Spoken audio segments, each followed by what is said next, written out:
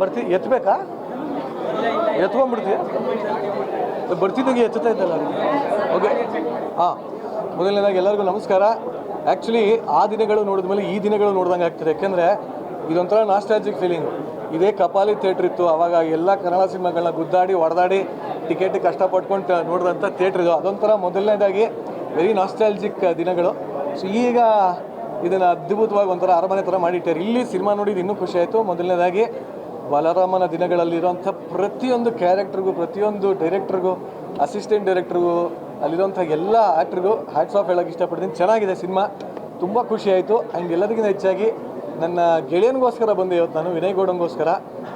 ಕತ್ತಿ ಕತ್ತಿ ಬಡಿ ಮಗು ಏನು ಮಾಡಿದ್ದಾನೆ ಅಪ್ಪ, ನೆಕ್ಸ್ಟ್ ಲೆವೆಲಲ್ಲಿದೆ ಆ್ಯಕ್ಟಿಂಗು. ಕನ್ನಡಕ್ಕೆ ಯಾವುದೋ Tamil, Telugu, Hindi, Bollywood, Uzbekistan hero ಅಂತೆ, ವಿಲನ್ ಅಂತೆ ಅಂತೆಲ್ಲ ಕರ್ಕೊಂಬರ್ತಾರೆ. ಇನ್ಮೇಲೆ ನೋಡ್ರಿ ಕತ್ತಿ ನೋಡ್ರಿ, ಎಲ್ಲ ಒಂದು ಕತ್ತಿ. ವಿನಯ್ ಎಲ್ಲಿದೆಯಪ್ಪ, ಬಪ್ಪ ಬಾಯಿಲಿ ನಿಜವಾಗ್ಲೂ ಏನ್ರಿ ಮಾಡ್ಯಾನೆ, ಅದ್ಭುತವಾಗಿ ಮಾಡ್ಯಾನೆ. ಆ್ಯಂಡ್ ಅಫ್ಕೋರ್ಸ್ ನಮ್ಮ ವಿನೋದ್ ಬ್ರೋ ಅಲ್ಟಿಮೇಟ್ ಆಗಿದೆ. ಎಲ್ಲದಕ್ಕಿಂತ ಹೇಳಲೇಬೇಕು ನಾನು, ಚೈತನ್ಯ ಅವರ ಆ ದಿನಗಳನ್ನು ನೋಡಿ ಯಾವಾಗ ಬರುತ್ತೆ ನೆಕ್ಸ್ಟ್ ಪಾರ್ಟು ಅಂತ ಕಾಯ್ತಾ ಇದ್ವಿ. ಈ ದಿನಗಳು ಕೂಡ ಅದ್ಭುತವಾಗಿದೆ. ಒಟ್ಟಿನಲ್ಲಿ ಬಲರಾಮನ ದಿನಗಳು ಅಮೇಝಿಂಗ್ ಆಗಿದೆ. ಪಾಪ ಚೈತನ್ಯ ಅವ್ರು ಹೇಳ್ತಾ ಇದ್ರು, ಈ ಸಿನಿಮಾ ಇನ್ನೂ ಯಾರು ಪುಷ್ ಮಾಡಲಿಲ್ಲ ಅಂದರೆ ಇದು ಥಿಯೇಟ್ರಿಂದನೇ ಹೋಗುತ್ತೆ ಅಂತ. ಆ ಥರ ಯಾರು ಆಗೋವಂಥ ಚಾನ್ಸ್ ಇಲ್ಲ. ಯಾಕೆಂದರೆ ಅಷ್ಟೇ ಒಳ್ಳೆ ಸಿನಿಮಾ. ದಯವಿಟ್ಟು ಯಾವುದಕ್ಕೂ ಈ ಥರ ಆಗೋದಕ್ಕೆ ಯಾರು ಅವಕಾಶ ಮಾಡಿಕೊಡಬೇಡಿ. ಈ ಸಿನಿಮಾನ ಗೆಲ್ಲಿಸಿ ಮತ್ತಿದೇ ಥರ ಇನ್ನೊಂದಷ್ಟು ಅದ್ಭುತವಾದ ಸಿನಿಮಾಗಳು ಬರೋ ಥರ ಮಾಡಿ. Thank you. ಎಲ್ರಿಗೂ ನಮಸ್ಕಾರ. ನಾನು ನವೀನ್ ಸಂಜು. ಇವತ್ತು ಅದೇ ನಾವು ಬ್ರೋ ಹೇಳ್ದಂಗೆ ಆ ದಿನಗಳನ್ನು ನೋಡಿದ್ವಿ. ಇವಾಗ ಬಲರಾಮನ ದಿನಗಳು ನೋಡೋದಕ್ಕೆ ಬಂದಿದ್ವಿ. ನಮಗೆ ವಿನಯ್ ಬ್ರೋ ನಮಗೆ ಇನ್ವೈಟ್ ಮಾಡಿದರು, ಬಂದು ಪ್ರೀತಿಯಿಂದ ನೀವೆಲ್ಲ ಸಿನಿಮಾ ನೋಡಬೇಕು ಅಂತ.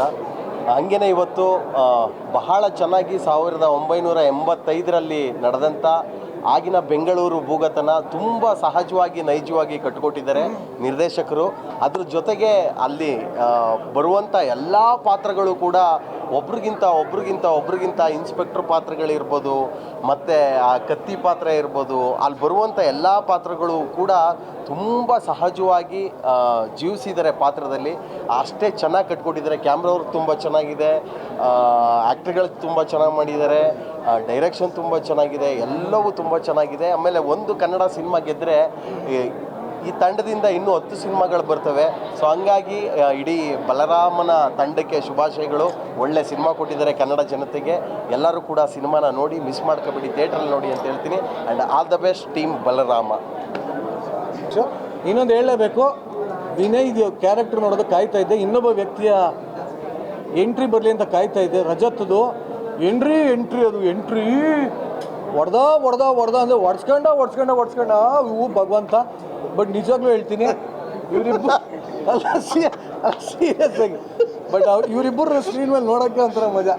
ಆಫ್ ಸ್ಕ್ರೀನು ಅಷ್ಟೇ ತಟ್ಟು ಆಟ ಆಡ್ತಾ ಏನೇನೋ ಆಡ್ತಾ ಇರ್ತಾರೆ. ಬಟ್ ಇವರಿಬ್ಬರದ್ದು ಇನ್ನೊಂದಷ್ಟು ಸಿನಿಮಾಗಳು ಬರಲಿ. ಬಟ್ ನಿಜವಾಗ್ಲೂ ಎಂಟೈರ್ ಮೂವಿ ಬೊಂಬಾಟಮ್ಮ. ಹೇಳಮ್ಮ ಒಂದೇ ಒಂದು ನಿಮಿಷ. ಆ್ಯಕ್ಚುಲಿ ಈ ಸಿನಿಮಾ ನೀವು ನೋಡಿದ್ದೀರಾ? ಈ ಸಿನಿಮಾನಲ್ಲಿ ನಾನೊಂದು ಕಟ್ಟಾಕ್ಸ್ಕೊಂಡು ಹೊಡ್ಸ್ಕೊಳೋದು ಸೀನ್ ಇದೆಯಲ್ಲ, ಅದು ಇಟ್ಸ್ ಇನ್ಸ್ಪೈರ್ಡ್ ಬೈ ನಿರಂಜನ್.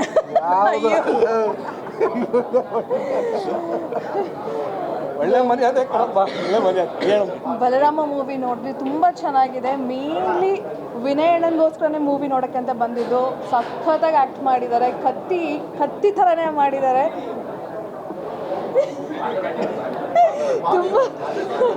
ತುಂಬ ಚೆನ್ನಾಗಿದೆ. ಸಿನಿಮಾಟೋಗ್ರಫಿ ಆಗಿರಲಿ, ಅದು ಪ್ರತಿಯೊಬ್ಬರು ಆ್ಯಕ್ಟಿಂಗ್ ಅಂತೂ ತುಂಬ ಚೆನ್ನಾಗಿದೆ.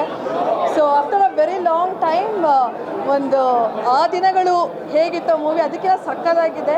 ಸೊ ಎಲ್ಲರೂ ಬಂದು ಥಿಯೇಟ್ರಲ್ಲಿ ನೋಡಿ. And all the very best Balaram team. Thank you.